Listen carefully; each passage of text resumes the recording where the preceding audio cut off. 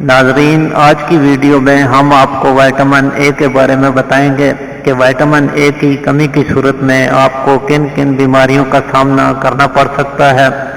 Vitamin A کی کمی کی واضح علامات کیا ہیں اور اس کمی کو ہم کس طرح سے پورا کر سکتے ہیں۔ تو سب سے پہلے وٹامن اے کی خاص علامات کے بارے میں جان لیتے ہیں۔ وٹامن اے کی کمی کی سب سے واضح علامت جسم میں خشکی کی زیادتی ہے۔ اگر خشکی کی زیادتی کے باعث بال گرتے ہیں، دماغی خشکی کی وجہ سے نیند کم آتی ہے یا بے خوابی کی شکایت ہے، جلد خشک اور کھردری سی ہو چکی ہے، پاؤں کی ایڑیاں پھٹنے کی شکایت ہے، آنتوں کی خشکی کے باعث قبض کا سامنا ہے، ہاتھوں اور چہرے کی جلد روکھی سوکھی اور بے رونق سی ہے، جسم کے اعضاء سکڑنا شروع ہو چکے ہیں، تو یہ وٹامن اے کی کمی کی واضح علامات ہیں۔ اس کے علاوہ نائٹ بلائنڈنس یعنی اندھراتا کی بیماری، جس میں رات کے وقت دکھائی دینا بند ہو جاتا ہے۔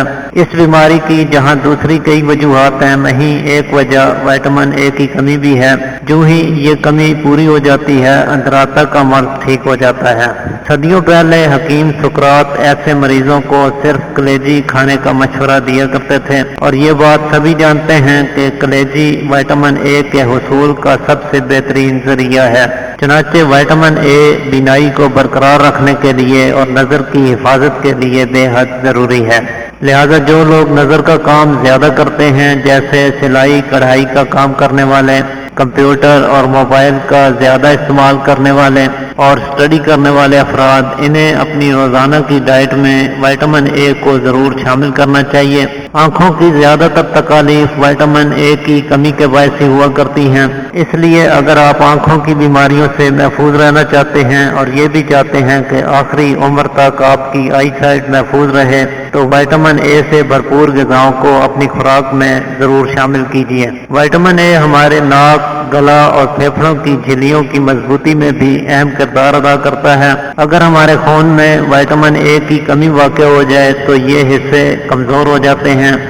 ایسی صورت میں بیکٹیریا آسانی سے حملہ آور ہو سکتے ہیں، جس کی وجہ سے ہمیں بار بار نزلہ زکام اور انفیکشنز کا شکار ہونا پڑتا ہے۔ اس وٹامن کی سب سے بڑی خوبی یہ ہے کہ یہ ہمارے امیون سسٹم کو بوسٹ کرتا ہے اور بہت سے متعدی اور وبائی امراض کے خلاف ہمارے مدافعتی نظام کو مضبوط بناتا ہے۔ لہذا ایسے افراد جو قوت مدافعت کی کمی کی وجہ سے آئے دن وبائی بیماریوں میں مبتلا ہوتے رہتے ہیں اور انفیکشنز کا شکار ہو جاتے ہیں، بار بار جلدی امراض، چھالے، پھنسیاں، کیل مہاسے ظاہر ہوتے رہتے ہیں یا پھر زخم ٹھیک ہونے میں دیر لگتی ہے، ایسے افراد کے لیے بھی وٹامن اے استعمال کرنا بے حد ضروری ہے۔ جنسی اعضاء کے ٹھیک طرح سے کام کرنے کے لیے اور افزائش نسل کے لیے بھی وٹامن اے کو بڑی اہمیت حاصل ہے، بلکہ بعض لوگ صرف وٹامن اے کی کمی کی وجہ سے اولاد جیسی نعمت سے محروم ہوتے ہیں۔ اس لیے بے اولاد حضرات کو چاہیے کہ وہ اپنے ڈاکٹر سے مشورہ کر کے وٹامن اے کو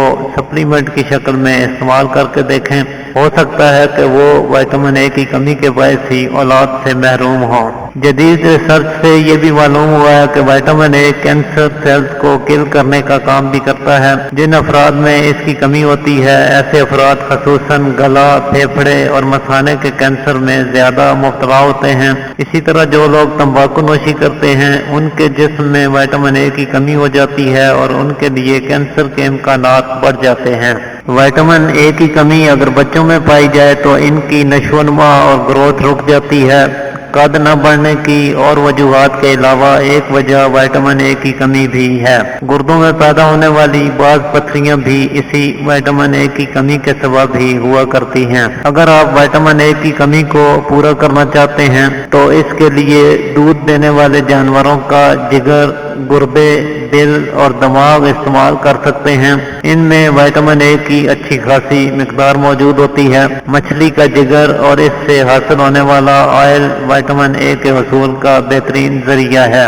اسی طرح ڈیری پروڈکٹس میں یعنی دودھ، گھی، مکھن، بالائی، کریم اور پنیر وغیرہ میں بھی وٹامن اے وافر مقدار میں پایا جاتا ہے۔ انڈے کی زردی میں موجود ہوتا ہے۔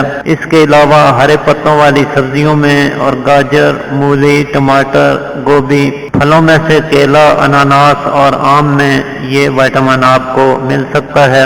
ان غذاؤں کا استعمال بڑھا کر آپ قدرتی طریقے سے وٹامن اے کی کمی کو پورا کر سکتے ہیں۔ وٹامن اے چکنائی میں حل پذیر ہوتا ہے جبکہ پانی میں حل نہیں ہوتا، اس لیے یہ جسم میں جمع ہو جاتا ہے اور اس کا ضرورت سے زیادہ استعمال جسم کو نقصان بھی پہنچا سکتا ہے۔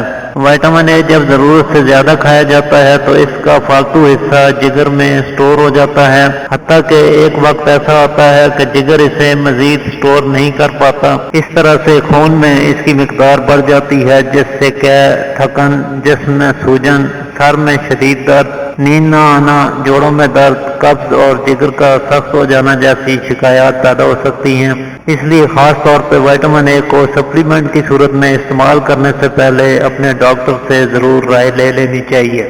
آج کے لیے اتنا ہی ناظرین، امید کرتا ہوں آج کی ویڈیو آپ کے لیے مفید ثابت ہوگی۔ اسی کے ساتھ اجازت چاہتا ہوں، اللہ حافظ۔